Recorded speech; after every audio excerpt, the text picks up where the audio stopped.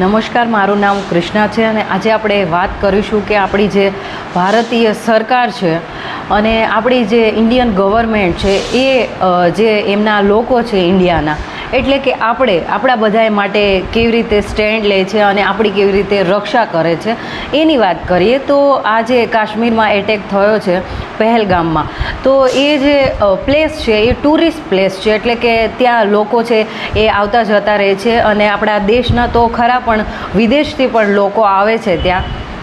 અને કહેવાય છે કે ત્યાં આપણી જે ઇન્ડિયા અને પાકિસ્તાનની બોર્ડર છે એ નજીક છે, તો ત્યાં કોઈ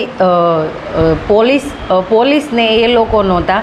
પછી સાથે સાથે ત્યાં નજીકમાં કોઈ હોસ્પિટલ નથી અને જ્યારે આ એટેક થયો ત્યારે કોઈ લોકો નજીકમાં કોઈની હેલ્પ કરવા જતું નથી અને આપણા જ દેશમાં બીજા લોકો આપણને મારીને જતા રહે અને મોદીજી પછી એવું કહે કે હું એક ફોન કરું અને બીજા દેશનું યુદ્ધ રોકાવી શકું છું. તો પોતાના દેશના લોકો છે એના માટે એ સેફટી છે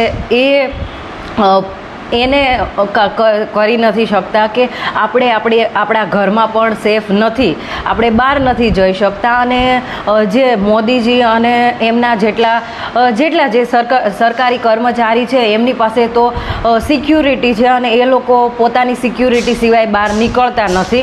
અને આપણી જેવા જે આમ લોકો છે એને હજી પણ પોતાના ઘરમાં જ આપણે બહાર જરાક નીકળવું હોય, જેમ કે આ કાશ્મીર છે ત્યાં ગયા, એ આપણા ભારત દેશનો હિસ્સો છે, ત્યાં તમને આવીને બીજા લોકો મારી જાય છે અને પછી મોદીજી એવું કહે છે કે હવે એ લોકો સાથે હું આવી રીતે બદલો લઈશ ને આમ ને તેમ. પણ જેમાં એ લોકોએ જાન ગવાઈ, એ લોકો કોઈકના ઘરના અને એમાં કોઈકનો જીવ ગયો અને નિર્દોષ છે એને મારી નાખ્યા. અને પછી એમાં અમુક લોકો એવો તર્ક આપે છે કે એ આપણા ધર્મના નહોતા અને આમ ને તેમ.